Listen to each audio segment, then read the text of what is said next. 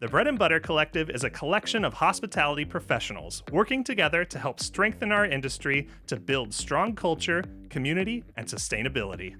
I'm Calen McNeil. And I'm Sam Jones. And this is the Bread and Butter Podcast.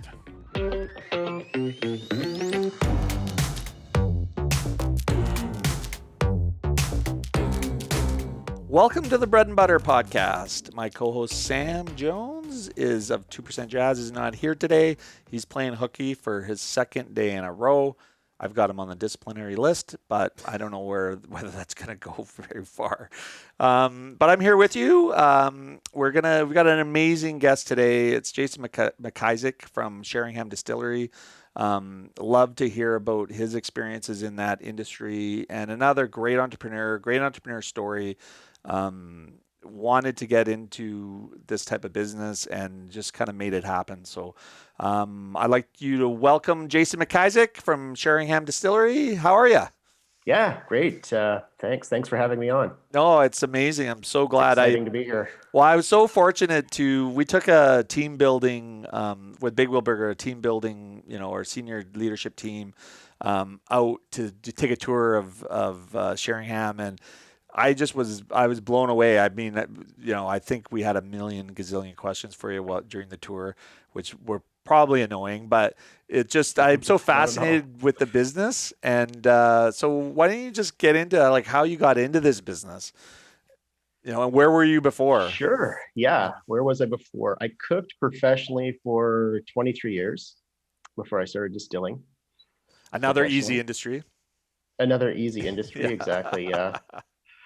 No, blood, sweat, and tears everywhere, right? Both industries. I was working as a chef, and I was living in a house in Jordan River, and there was an old moonshine shack that was dilapidated out back of this house, and I found some bottles, cleaned them up, and kind of got excited about it, and I brought them into the owner of the place I was working, and he told me stories because he had grown up in Jordan River. He told me stories of moonshining, and I'm not sure if it's true, but he said that he walked into the basement of the Jordan River Hotel one day when he was 16 and saw a copper still down there cooking up liquor, and apparently they would be selling it upstairs in the pub. Oh my God. So that got me fired up, and I said, okay, I'm going to build a still. I'm going to start distilling. So I mailed away.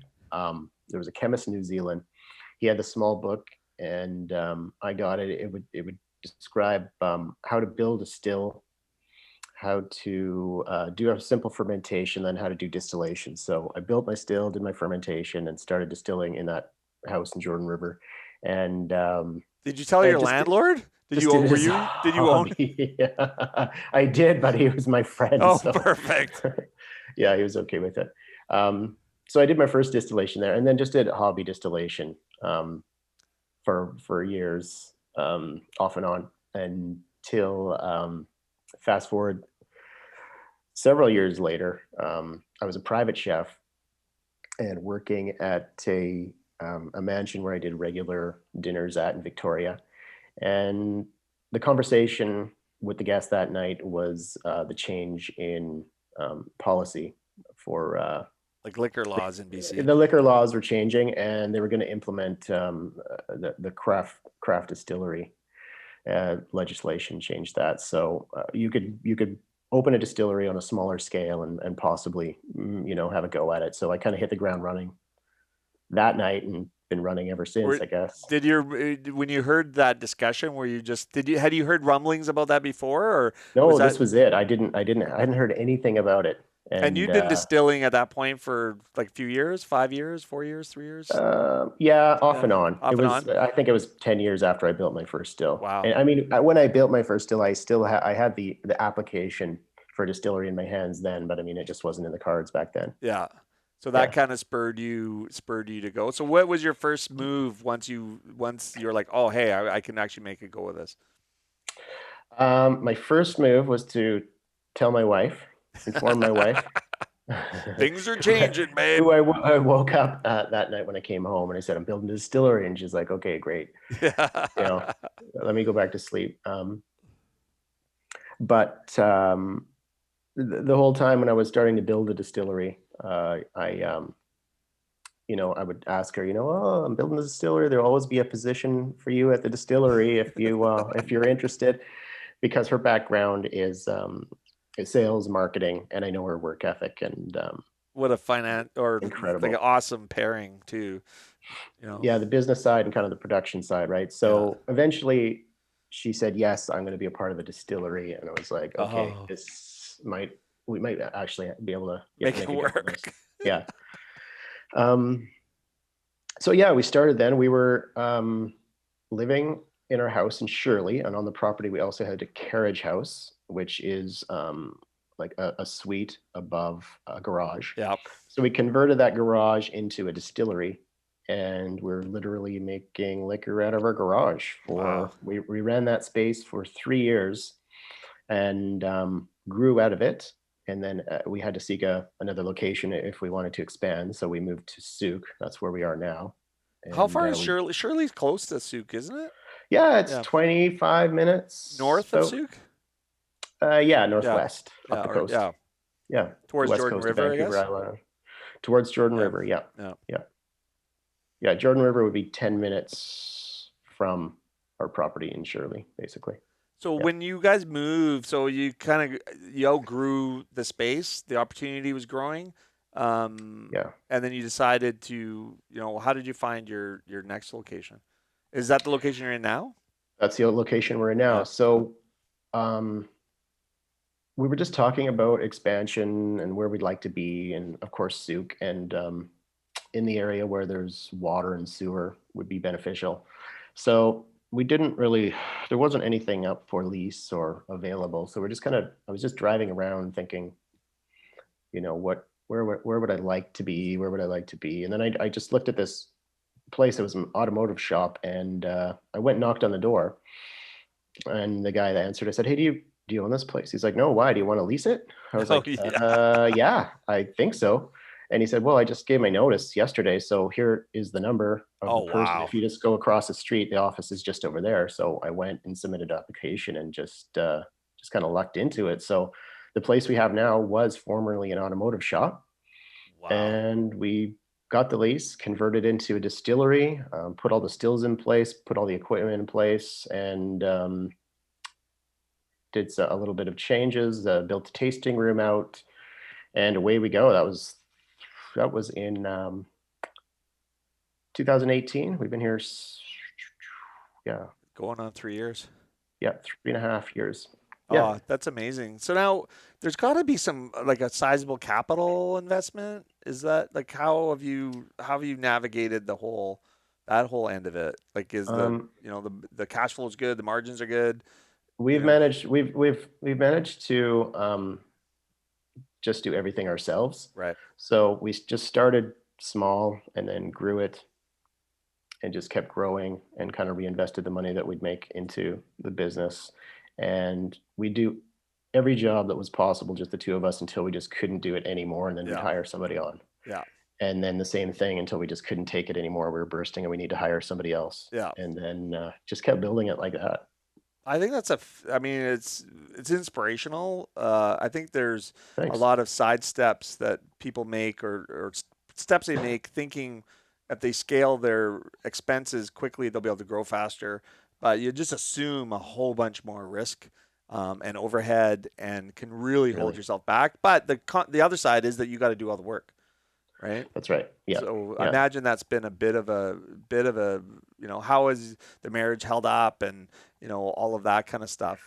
Yeah, great. I mean, when we first started, Elaine was used to being her own boss. I was used to being my own boss. So there was a lot of locking horns and stuff like that. And there was some rough seas with the distillery, with the business at times. So it wasn't easy. It was really tough. I mean, just keeping it together and good old marriage counseling is really what pulled us through to learn, skills about communication and how to work with one another. And well, I think that's a good lesson in business too, because the same skills it requires to navigate a marriage or a partnership like that can transfer over into the business world and the business partnership. Yeah, really. I mean, think you're right. Yeah. The For sure. Doing it at the same time is sometimes not always fun. But I know I mean, my wife or my first wife, Josephine, and I were in the same boat when we opened Zambries as well. And Right, you right. know, we aren't married anymore, but we're still business partners. So it's you know, you can navigate through those challenges and if you're open to doing the work, and I think that's, you know, in business you have to put the work in, and the same Right. in with you know, partners and whatnot. Now, when you're, you know, at the stage of where you're at now, I understand there's like a certain volume that you're allowed to produce before you get into a different tax bracket as far as that goes. Is that something like, how do you navigate the volume and the scaling of it? Obviously, you're trying to grow within your own cash flows as far as, you know, in reinvesting in your business. But there's another element too, is which is, you know, how the whole industry is treated as far as small distillery versus bigger distillery. Is that correct? Do you want to talk a little bit about that? Yeah, I think so. I mean, I think no matter, it feels like right now, I mean, no matter how much we grow, I think we'll always still be a small distillery Hmm. compared to the major brands and stuff that are out there. I mean, they will literally spill more in a day than we make in a year, Wow. which is kind of crazy to even comprehend. But Yeah. so we're always, I think we'll always remain small, and we want to have that feeling connection Yeah. with you know, the people in the community that have really helped us along and you know, been with us the whole time. Right. And I think Yeah. there's that segment where you can fit in there and you can prosper, obviously. I think some businesses, you know, in order to make like decent money, you need to think about scaling and growing. But I think, you know, with the higher margin businesses, you can actually fit right in that model where you can, you know, you don't need to have like with Big Wheel Burger. I don't need to have 1,000 Big Wheel Burgers. Like that Right. seems like just a big problem and a big headache. I mean, I hear you. you know, Yeah. respect the fact that people can do that, just like there's bigger distilleries that do that. Right. But I think there's a lot to be said about, you know, the West Coast lifestyle and just having that balance and Right. building a business that can support your family, but you don't need to shoot for the moon. The sweet spot. Yeah, you find that sweet spot and you know the amount of your maximum effort for maximum reward, and you know you can go medium effort for a really decent reward, and it's like, you know what, I can build a good lifestyle for myself. Yeah. Yeah. Exactly. Exactly. So what I know you've done a small batch whiskey because Yes. I've bought it and Yeah. it's fantastic, and Thank you. I yeah, I can't say enough about your visual imaging and the marketing angle of it, and then just the Thanks. product diversity is pretty impressive. I know I used to be an importer, so obviously, you know, the less SKUs the better, you know, because obviously there's less waste and it's, you know, more focused. But Right. I really like how you've got a really decent product mix that is super interesting. So Thanks. tell me a little bit about the whiskey and end of it. Sure. The whiskey. So my mind was set on whiskey when we started the distillery. That's what I wanted to do, is make whiskey. Yeah, But everything has evolved into gin, which has been fantastic yeah, and exciting. And I, you know, couldn't have wished for anything better to happen the way things have gone. Um, so the first whiskey that I made was a Red Fife whiskey. It's made with Canadian heritage wheat, Red Fife. It was 80% wheat and 20% malted barley. So I would cook up those grains and distill them, and they were aged in small 30-liter barrels for over 3 years. The minimum requirement is 3 years for Canadian whiskey. So they were aged over 3 years, and we released a small batch of those Red Fife whiskey bottles. And then the second release we just did recently, which you were able to grab a bottle, we released a Red Fife whiskey, which was a bit older, 4.5 years, I do believe. There was a rye and also a corn whiskey, which the rye and the corn whiskey was corn, wheat, and barley, and aged in a brand new barrel. And the rye was rye, wheat, and barley, and aged in a brand new barrel too. So they were both of those are really robust whiskeys. And the direction we've gone since then, I mean, you start making whiskey. Well, I started making whiskey thinking like, what kind of whiskey do I want to make? And then after 3 or 4 years, when it's matured, you kind of get an idea of what you like or what direction you want to go, what'll sell, all these kind of things.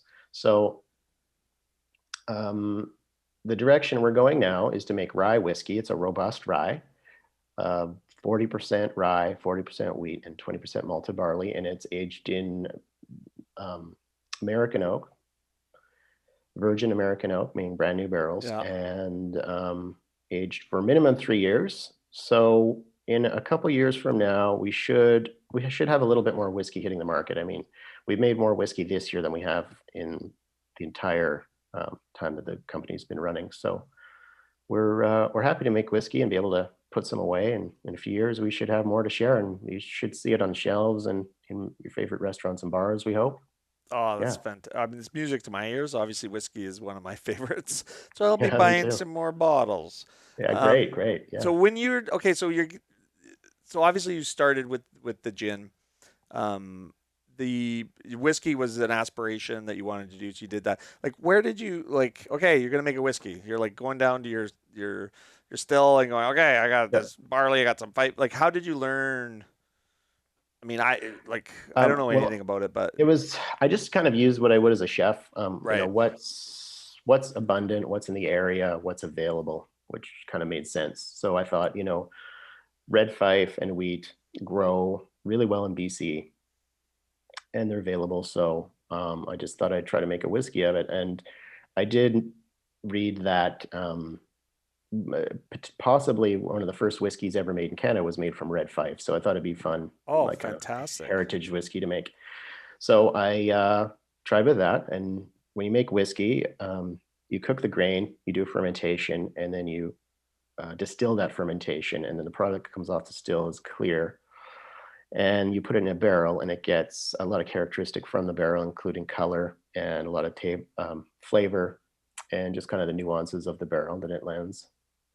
But the spirit that we start out with was really clean and really delicious, and you could almost drink it on your own. In fact, that was one of the first products we released. It was called Williams White. So it was an unaged whiskey. Oh, wow. And vodka. Those are the two first products we released. And then later on, we moved into gin, our Seaside gin, which I'll tell you about that.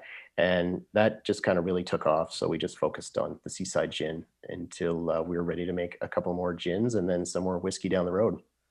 I just think it's fantastic. So now obviously I'm really interested in whiskey.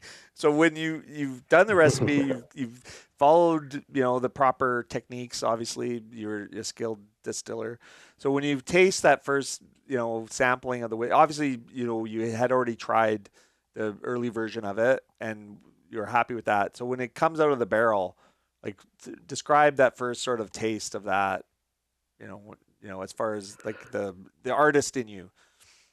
Yeah, well, I mean, it's really exciting, right? You're tasting something that you created and you've been waiting on this whiskey for so long. And when it comes out and the impression that's been left from the barrel is just kind of slight and just kind of elevated and taken out the roughness of the raw spirit. Right. It's so exciting. I mean, it's incredible. Yeah.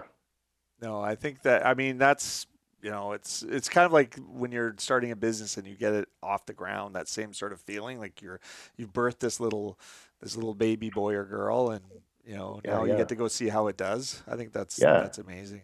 It's thrilling, right? Yeah. Oh, yeah. It's almost, I was addicted to doing business, like where I just felt like I had to take every opportunity on and examine every business opportunity.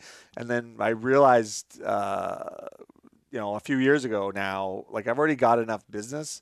It's just time to, it's like you don't need any more children. You just need to raise them well. Yeah, right. You shift the focus, and then you realize, oh man, I'm not like, I'm 50 now, but when I started doing business, I was 22. And, when you're young, you've got that energy to be able to do that. But at some point you got to just sort of, hey, I got to focus on the bread and butter part of it. So, so you're in your business now. You've talked a little bit about where you're going, or can you talk a little bit about where you're going and different products you're bringing on and yeah, sure. I'll talk a little bit more about the spirits, about the whiskey, even if you don't mind. Yeah, I love it. When the red fife whiskey first came out of the barrel, I entered it into a competition, and it took the best in class of the whiskeys, which was really exciting. It was Wow. first year of the cask event, Canadian Artisan Spirit Competition. Yeah. Amazing. That was very thrilling.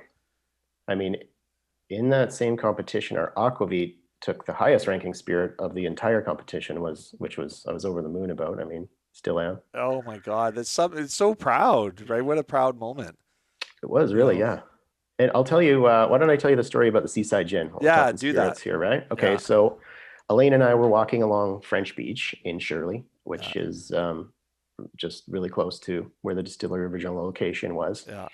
And we were walking down the beach, and the breeze was blowing in off the water, and the nuka roses were blossoming down the path, and the trees were kind of whispering in the wind, and it had that sweet sea smell in the air that we love so much here. And we just thought, like, how can we capture this, or a little bit of this, and put it in our gin? So that's kind of where the idea of making the gin started. We used kelp in it, Oh, which wow. comes from French Beach right there. A friend of ours, Amanda, she harvests it. She has a license to sustainably harvest the seaweed. Oh, it's She amazing. cures it, and then we get it from her.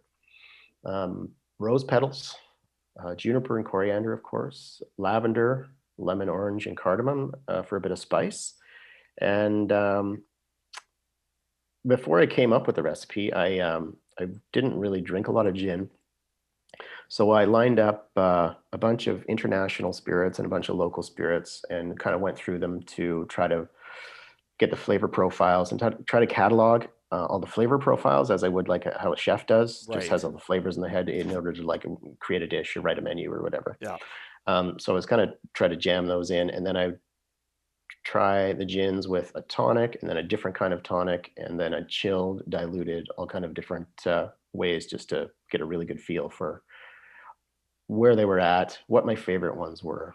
Some of my favorite ones, when I mix them with tonic, I was have a hard time tasting or feeling the botanicals, and then some other ones that were great too. You taste only a couple of the botanicals. So I set out to make a gin where, when you do dilute it with, whether it's a tonic or in a cocktail, that you can really taste everything That comes out. that comes out, yeah, and well balanced, as a kind of chef would make a dish or a menu as well. Yeah.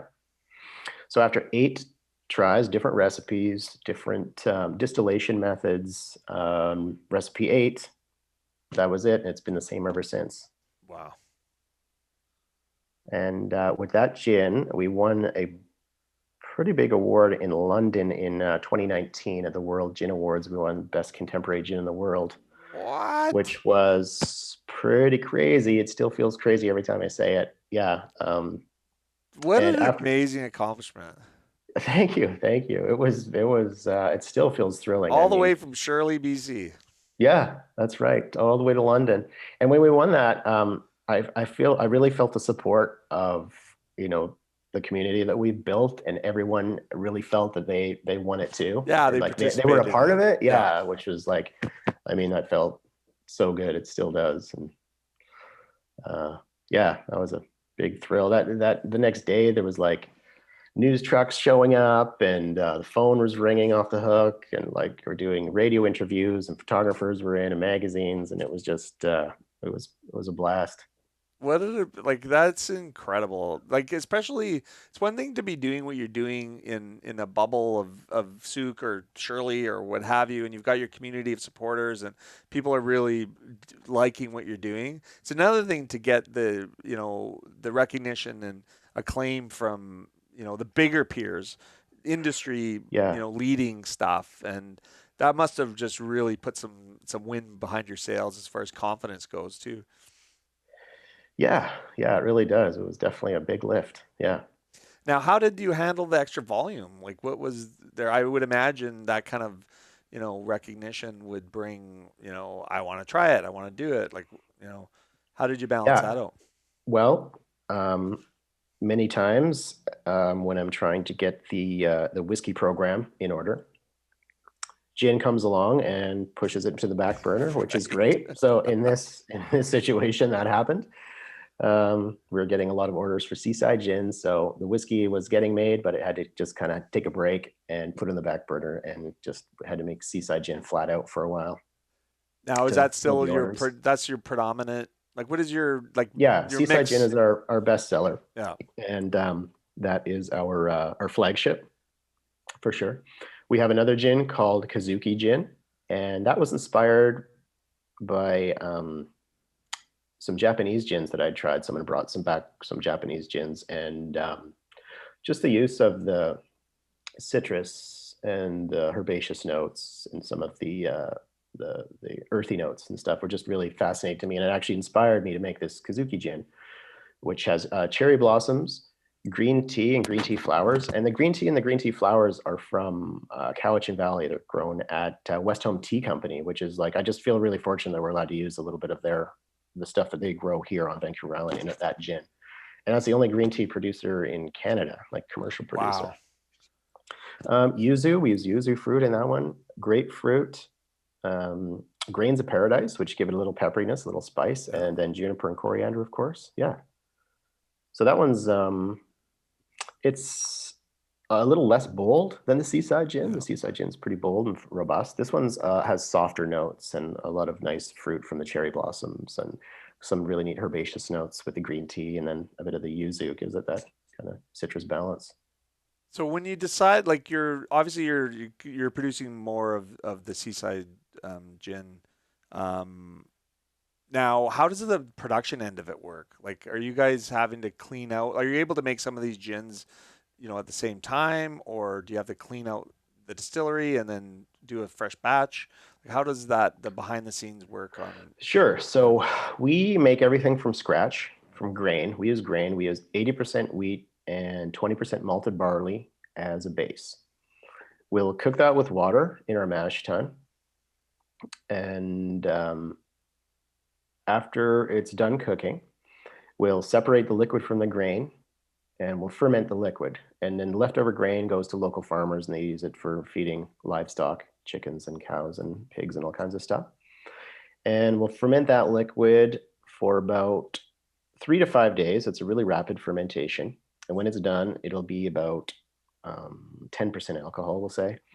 And then we'll use distillation to remove that alcohol. So we have 4 different stills right now. The first distillation is called a stripping run or a primary run. So we'll take that fermented liquid, put it in the still, and do a run. And when it runs through the still, it'll come out at about 25% alcohol and not refined, very rough. It needs to be distilled again. So we'll put it into a spirit still or a column still. It's the one that has all the windows in it and the chambers. So that allows us to bring the spirit to a really high percentage. We bring it to about 93 ABV. And then we'll use that as a base for our gin. So we have 2 aromatic stills, 2 gin stills. So we'll use that as a base, and we'll put the high proof spirit into the gin still, dilute it, and then we'll add all the botanicals wrapped in cheesecloth, like giant tea bags, and we'll let it sit overnight, and then we'll distill it the next day, and the product that comes out will be gin. A high proof gin, it comes out at about 75% alcohol, and then we'll dilute it to 43, and we'll bottle it on site and hand label everything. So we have it set up so we can run our mash tun, our stripping still, our spirit still, and both of the aromatic stills all at the same time. So each day someone comes in to do production, everything just kind of rotates. And we move into a fresh day of whether we need gin or vodka or aquavit or whatever we're making that day. Yeah, so that's the way we have it set up. So does that answer the question? Yeah, no, I think you did. I think you did it amazing. I can visualize it because I've been a tour. Because you were there. Yeah, I was there. So, and you did an amazing job of doing that. Thank you.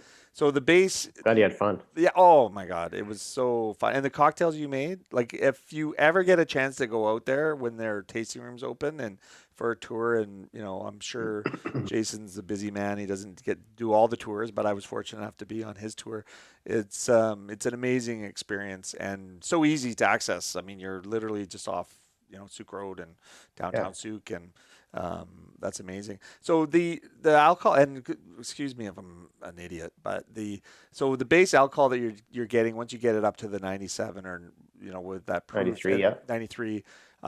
That'll be the same base alcohol that you would use in all the different gins. You'd use it in the whiskey as far as, then it's Not the whiskey. not No, the whiskey. Oh, of course, whiskey because is it's, different. it's completely different.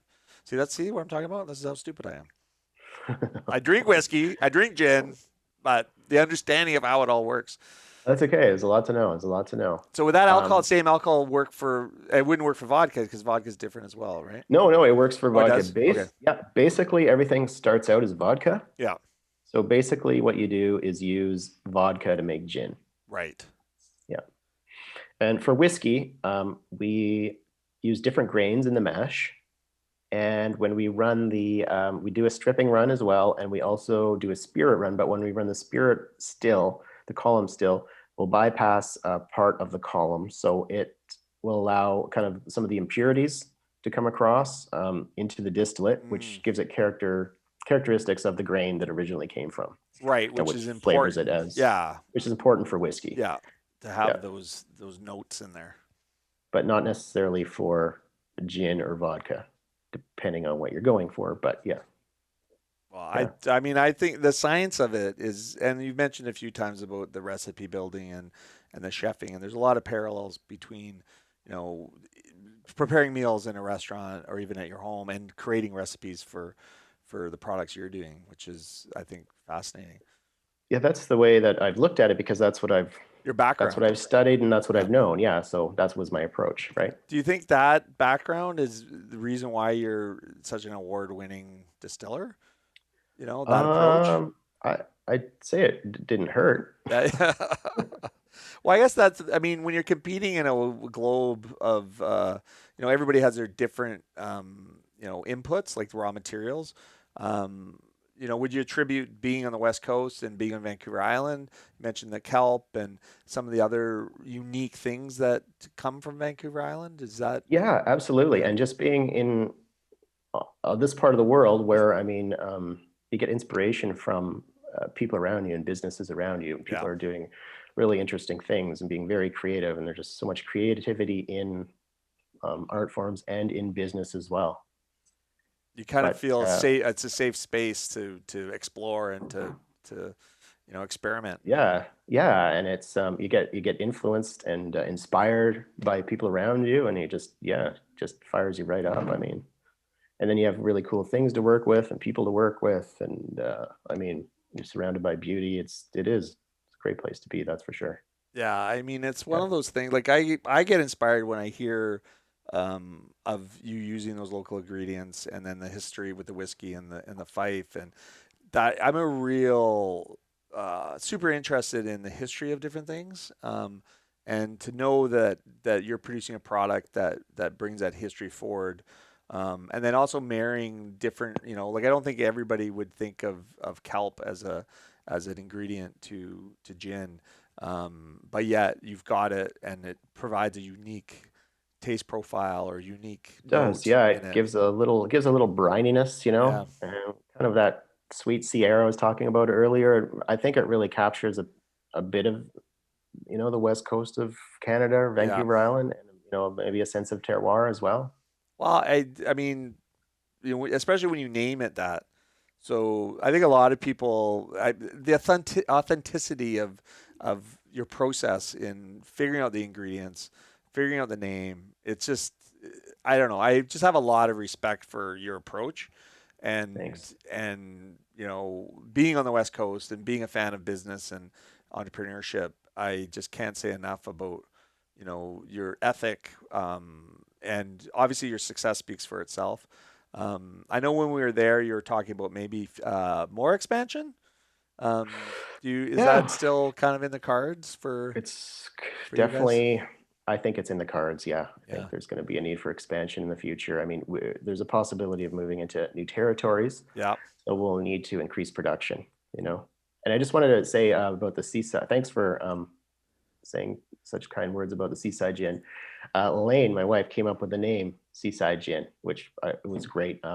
We were walking along the seaside when we came up with the idea, so it felt natural. And also, the original location of the distillery was on Seaside Drive. Oh, so it just ties it right back into that. Yeah. It's kind of one of those things you wouldn't have thought. Like you think of or you think of bourbon, for example, Mhm. and Kentucky, and you think of these old distilleries back in the day when Prohibition and in Virginia, and they're making all this really interesting stuff. And then you think of Vancouver Island, and a lot of people think of the food scene and things like that, and the nature and all that. But I don't know, it really harkens back to that sort of old school, distillery, just like where you had the old distillery there and you found those bottles. Like Yeah, that right. story is just it just provides a lot of depth to your story.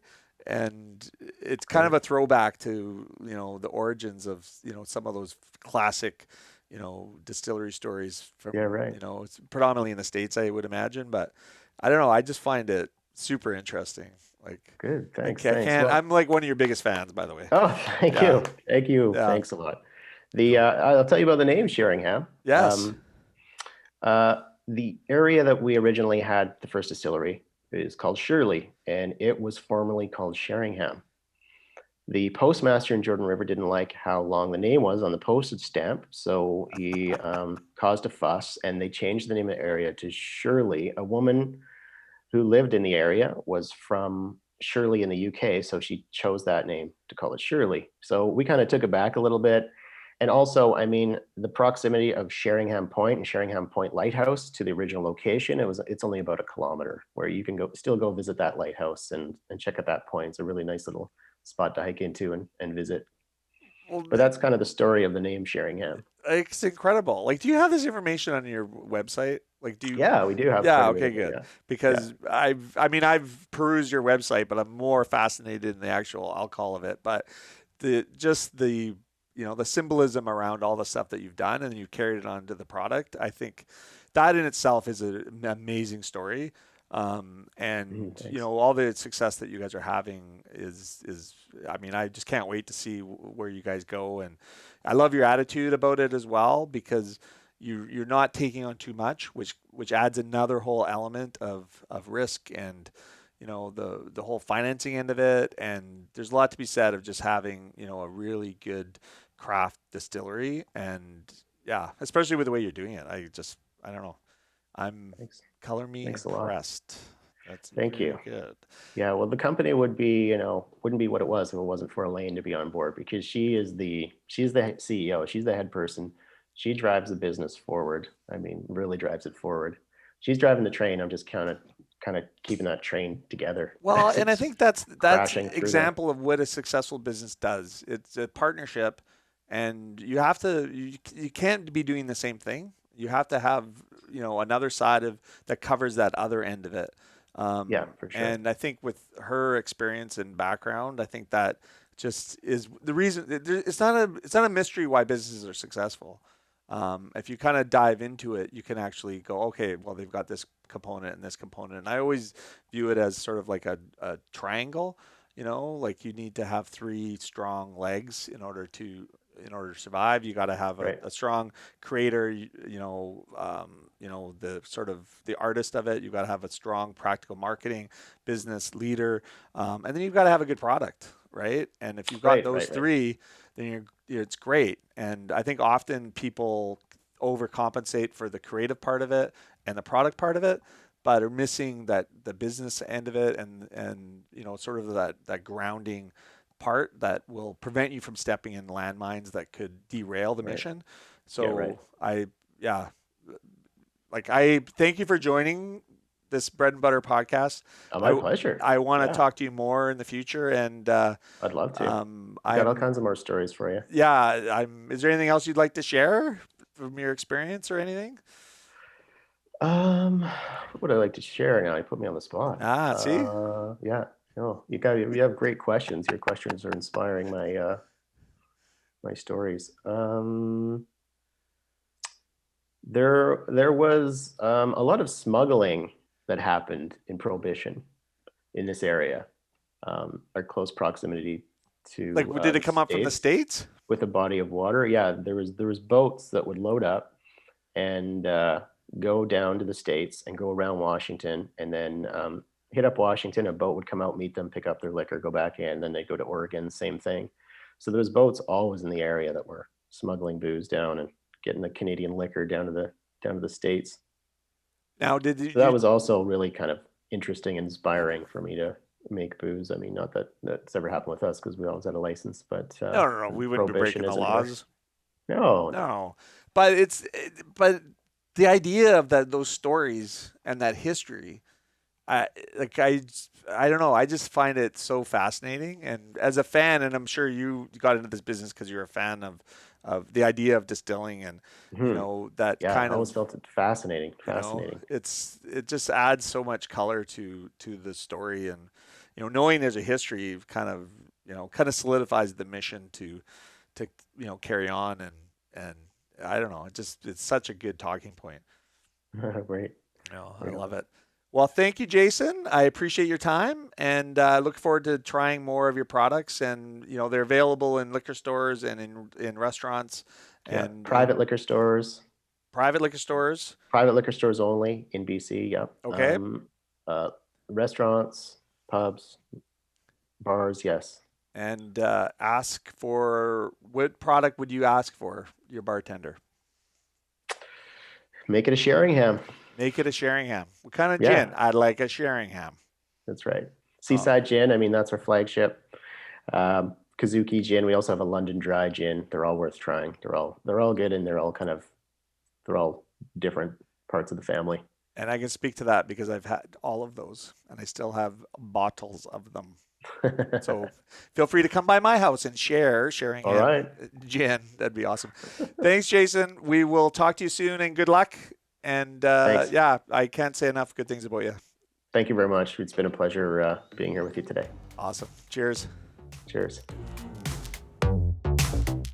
Bread and Butter Collective's membership includes the following local businesses: 2% Jazz, 900 Degrees Wood-Fired Pizzeria, Agrius, Big Wheel Burger, Blue Mountain Solutions, Bodega Tapas Wine Bar, Brentwood Bay Village Emporium, Nourish and Charlotte the Quail, Victoria Chocolate and Company, Drum Roaster Coffee, Habit Coffee, Foo Asian Street Food, the Culinary Arts Program at Camosun, Cafe Fantastico, Fall Epi, Harold Street Brewworks, Hey Happy, House of Botang, Hoyne Brewing, Jenny Marie's Cracker Company, La Pasta, La Rue Patisserie, Mocha House, Part and Parcel, Poco a Pinto Bar, Pizzeria Prima Strada, Rain Dogs, Roast, Table 9 Consulting, Sherwood Cafe and Bar, Sweets by Selena, The Collective Wine Bar and Kitchen, The Drake, Tapa Bar,